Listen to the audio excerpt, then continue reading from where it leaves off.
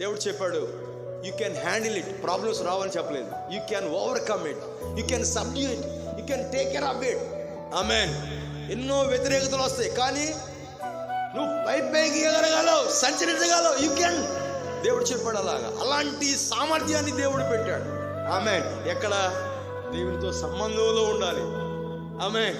దేవునితో సంబంధంలో ఉండాలి, ప్రార్థనలో ఉండాలి, నూతన బలం పొందేంత వరకు ప్రార్థనలో ఉండాలి. ఆమేన్.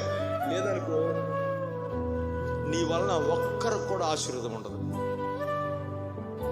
అందుకనే జాగ్రత్త పడాలి. ప్రార్థన గురించి చెప్పినప్పుడు పక్షిరాజు వలె వేచి ఉండడం, వేచి ఉండడం, వేచి ఉండడం, వేచి ఉండడం, వేచి ఉండడం, నూతన బలం పొందేంత వరకు వేచి ఉండడం, ఎదురు చూడటం. దానికి రెక్కలన్నీ ఊడిపోయి మరలా రెక్కలు వచ్చేంత వరకు మౌనంగా ఉండి, ఆ తర్వాత రెక్కలు వచ్చిన తర్వాత నూతన బలంతో మరలా లెగుస్తాం.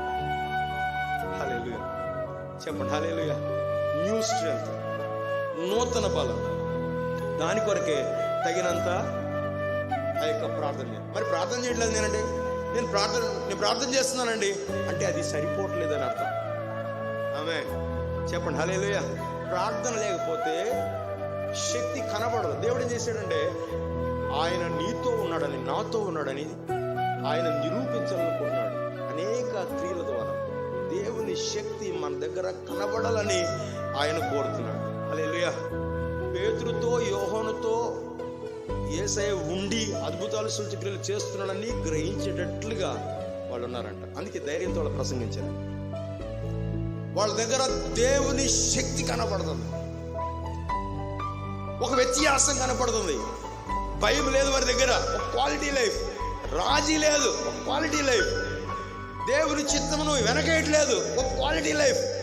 వారి ప్రయాణంలో, వారి ఉపదేశంలో వారు ఎక్కడ నిలబడినా, ఎక్కడ రాజీ పట్ల లోకంలో కలిసిపోవట్లేదు, ఒక క్వాలిటీ లైఫ్. వాళ్ళ దగ్గర గ్రేట్ పవర్ ఆపరేట్ అవుతుంది. ఎందుకంటే వాళ్ళు ప్రార్థనలో గడిపారు ముందు. ఆమేన్. చెప్పండి. హల్లెలూయా.